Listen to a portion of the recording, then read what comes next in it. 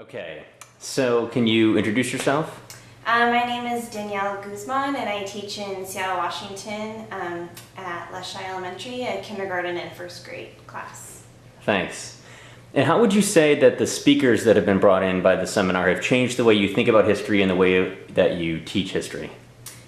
Well, I think the variety of scholars that have come to speak with us and work with us has really challenged and provoked me a lot in thinking about how I present the abolitionist movement. So, for example, Professor Hancock, he really reaffirmed my belief that the people on the ground were extremely important and played a huge role into pushing that movement forward, and that's usually what I emphasize in my classroom.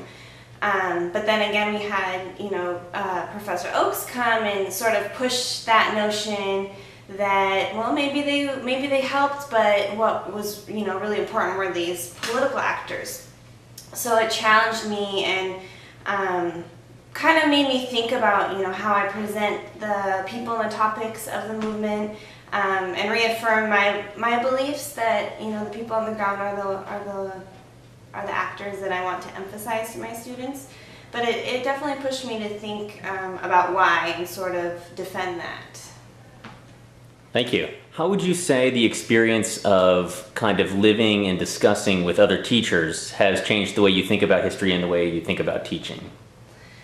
Well, I think coming here has challenged our conversations as colleagues and as teachers to be elevated to a more rigorous and intellectual conversation, both with working with the academic scholars and as well as talking to other teachers, other colleagues that may teach the same topic as you but a different grade, or a different topic but same grade. And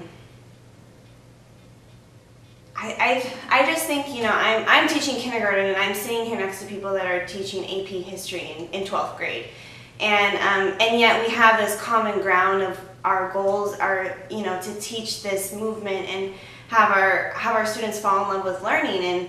And the topics and the materials have, I think, pushed us all in new ways of how to incorporate that into our classrooms in a way that a curriculum or a textbook isn't going to provide us. So it's really been pretty valuable. Every perspective has had an impact on how I perceive the movement and how I perceive it should be taught and things like that. Thanks.